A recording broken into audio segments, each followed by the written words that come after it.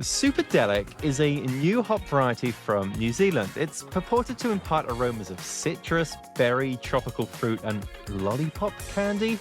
Brülosophy contributor Will Lovell brewed a pale lager hopped with nothing but Superdelic, then presented the beers to tasters. What did they make of this trendy hop? Let's find out. This episode is sponsored by More Beer. More on them in a bit. Will, Superdelic, I've not heard of this hop. Is it new? So it's very new. In fact, when I was going through doing my hop order, I was like, man, let's look for some Hop Chronicles hops. What's coming out of New Zealand? And I'm like, well, I've never heard of this before. And if the tagline of lollipop flavor didn't catch my attention, I don't know what else did. So I decided to grab a pound of it and see if we could do a Hop Chronicles beer too. Yeah, so I looked it up, and it's from NZ Hops, it's a New Zealand hop, which already is a good start in my book. It was only released in 2023, so it is pretty new, and it claims to offer like something totally unique in flavor and aroma, if you believe all the marketing materials. And yeah, as we mentioned up top, citrus, berry, tropical fruit, and then this sort of candy or lolly flavor, which I thought was interesting. They also said it was recommended for fruit-forward IPAs, which is not the style you brewed, but that sounded pretty interesting as well. And then it also mentioned for biotransformation, it was great for biotransformation properties for dry hopping if you added it during active fermentation. And sort of a mid-range alpha acid, sort of 9 to 10 alpha acid. What were your expectations going into this one, Will? So I'm a big fan of lots of beer styles, including like hoppy lagers, like West Coast Bills and cold IPA and some of those things. And so I was really just kind of curious as someone that likes to brew both for Brülosophy and also for my personal consumption of beer, like kind of like what is this hop? And I was really hoping it would be cool in something like a West Coast IPA or something style like that, where I could get that nice hop flavor and aroma without all the alcohol. So let's start with the recipe. How did you come up with the recipe for this? Well, this is our standard Hop Chronicles pale lager recipe. So generally speaking, that's just, around 10 3/4, 11 pounds of Pilsner malt. Because it's such a high alpha acid hop and we only go up to about 20 or so IBUs, I only used 8 grams of Superdelic at the 60-minute mark. And then I followed it up by a charge of 10 grams of Superdelic at the 30-minute mark and another 10 grams at the 5-minute mark.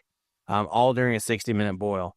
And then after all that's done, we cool it down to yeast pinch temperature, which we usually do these a little bit on the warmer side for most people's comfort.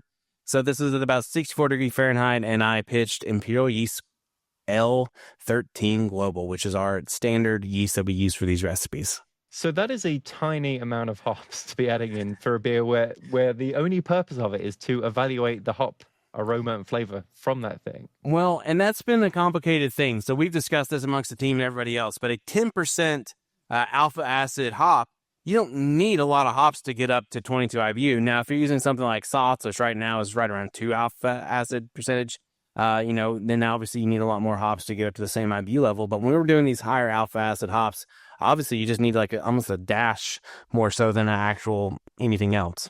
Yeah. Now, you've brewed 1 or 2 Hop Chronicle beers at this point, I think it's fair to say. Anything notable about this brew day? No, pretty standard, just mash it at 152 for 60 minutes, make the hop additions, 60-minute boil. As we've kind of mentioned before, these are a bit relaxing because you've done them before and there's not a whole lot of weird change-ups or weird variables that need to be accounted for. It's just kind of a going through the motions kind of brew day. And so, and literally, I think it was just I let it ferment for just over a week, and then package it up and cold crash it, package it up, and then burst carb it and get it ready to serve to tasters. The finished beer looks pretty tasty. Before taking it out to the tasters, did you sneak a sip or two of that? Oh, I've been known to sneak a sip or two of these beers beforehand. And really, I was kind of impressed with it. I don't know exactly where they get the lollipop candy descriptor from, but I definitely got a lot of tropical fruit.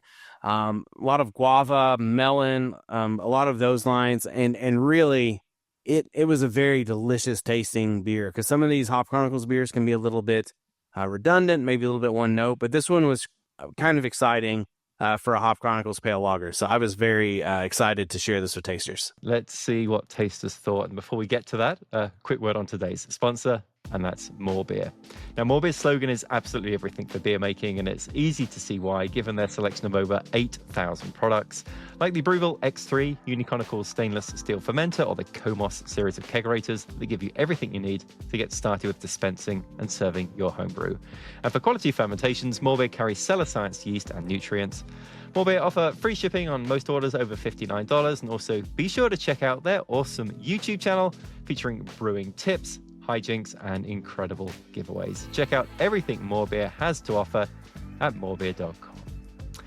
Okay, so we put together all of these results and come up with a series of graphs. It was interesting that on the Yakima Valley Hops website, they have a very similar radar graph to the one that we use. And it showed that the hop aroma profile for this hop is intended to be highest for tropical fruit, citrus, and stone fruit. How did our radar graph come out looking? Well, looking at it for aroma, citrus looks to be top of the marks right there, with most people denoting that the strongest. But tropical fruit is right there with it.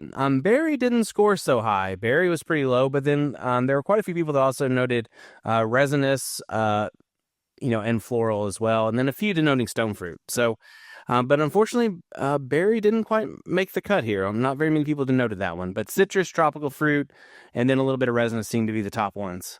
And then flavors seem to follow a very similar path with citrus, tropical fruit, and again, kind of apple, pear, and resinous also kind of being at the top there. So, not terribly far off. I don't know many people that are really picking berry out in beer. Including myself. Like, I'm not really sure how good I am at picking berry out, or what, which berries are we referring to. But I really got a lot of tropical fruit from this one. So the tropical fruit, citrus, top of the charts, that I'm right there with those guys. I see we are missing a characteristic on this radar graph. We need to add lolly on here, obviously. I think lolly is like Australian and Kiwi for just like candy. Like, you go to the lolly shop to buy sweets, to buy candy. So I think that's what that means. Right.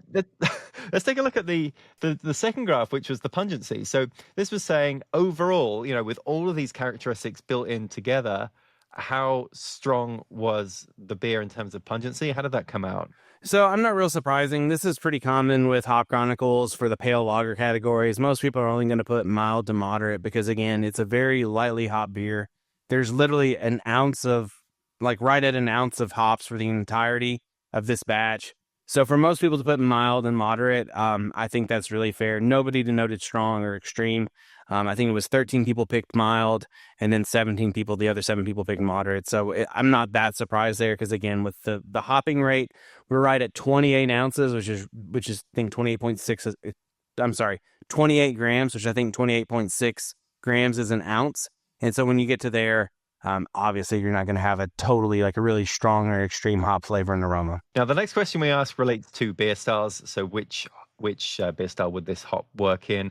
Yakima Valley Hops did point out that kind of an IPA, especially a hazy IPA, might be a good choice. What did the tasters think? Wow, this is a bit all over the map for me. 3 people looks like they put APA IPA, another 2 put a blonde ale, someone else put a Belgian ale, another handful put 3 or 4 put pale lager. Somebody put a sour ale, which might be. I get where these flavors and aromas would go well in a sour. I would love a melon, tropical fruit sour, but I don't know if this would be the proper way to get them in there. But it seemed to be a little bit all over the map. I think these worked well in a pale lager. I think if we could do a hoppier style like cold IPA or West Coast Pils, it would kind of play a little bit better. I think a blonde ale would be kind of fun, similar to this one where you had kind of lighter hop, but what was there was a little bit more interesting. But definitely pale ale, IPA, definitely that's kind of more the wheelhouse that I would have picked for this one. Yeah, then the final question is related to preference. So from 0 to 10, how much did you enjoy this beer? 10 being the best. It doesn't look like we had a lot of consensus here either. No, definitely all over the map. I don't have any 10s and I don't have any 0s, so I'll take that. The kind of the halo effect is out. Had somebody picked a 1, just one person. But the majority of people picked a 7, which, I think is fair. And then the second most people picked 5, or picked a 3 out of 10. So, I really enjoyed this hop. As far as the beer itself, maybe the beer, I could have used a little bit hoppier version, but I thought this is a very interesting beer for a pale lager. Quite delicious. And, I'm kind of over there more with the 7 or 8 out of 10 people. I think it was a pretty delicious beer for what it was. Although I do think a dry hop charge might have improved it just a smidge. Yeah, and that was one of the things it mentioned about the biotransformation. It could be suitable for dry hopping. So, to sum this up, well, I guess if we look in your bag of Superdelic hops, there's probably quite a few hops left over. Do you have any plans for what to do with those? What sort of beer style would you actually apply it to if you make another beer with this? Oh man, I'm all in on just a hoppy lager. So just kind of maybe even do it the same smash, maybe do everything the same except for just increase a little bit on the bittering, and then definitely increase those late charges. Maybe do a whirlpool edition, and then do like a 4 ounce or 5 ounce dry hop at the end, and that would be pretty baller in my book. That sounds good to me too. I really am wanting to try this hop as well, especially with the dry hopping aspect of it as well. Give it a whirlpool, all that sort of thing. And it does seem like it is a dual purpose hop because it's fairly high in alpha acids as well, so you can easily use it for bittering. I think this sounds like a winner. So, I mean, does this get the thumbs up, thumbs down? Is this a hop you do want to explore again, or are you going to move on to something else? Well, I have a whole pound bag, and obviously I only used 1 ounce for this particular recipe. So I think I've got plenty of ounces left to play with. So I'm really excited to actually play with it. Again, I think as far as like a single hop beer, this actually made a really interesting beer, in my opinion. Sometimes you do the single hop thing and it's one note, a little bit kind of not bad, but just not exciting. But this one was pretty exciting through and through. Maybe if I do a bigger dry hop charge, try for that bio transformation, I'll get a little bit more of that lolly character. So me and my Kiwi friends can relate on that somewhere down the line. But no, I'm super excited to use this some more. Fantastic. Well, Will, thank you so much for brewing the beer and sharing your results with us. We've done a whole series of Hop Chronicles beers on brewlosophy.com, but also on the Brülosophy show as well. And yeah, Will's got it. We'll link to another one of our videos. I'm not even sure which one we're going to pick at this point, but it's going to go point to your left, Will. Yeah, just up here. And, like and subscribe or something. That's it. Or subscribe and save if you're me.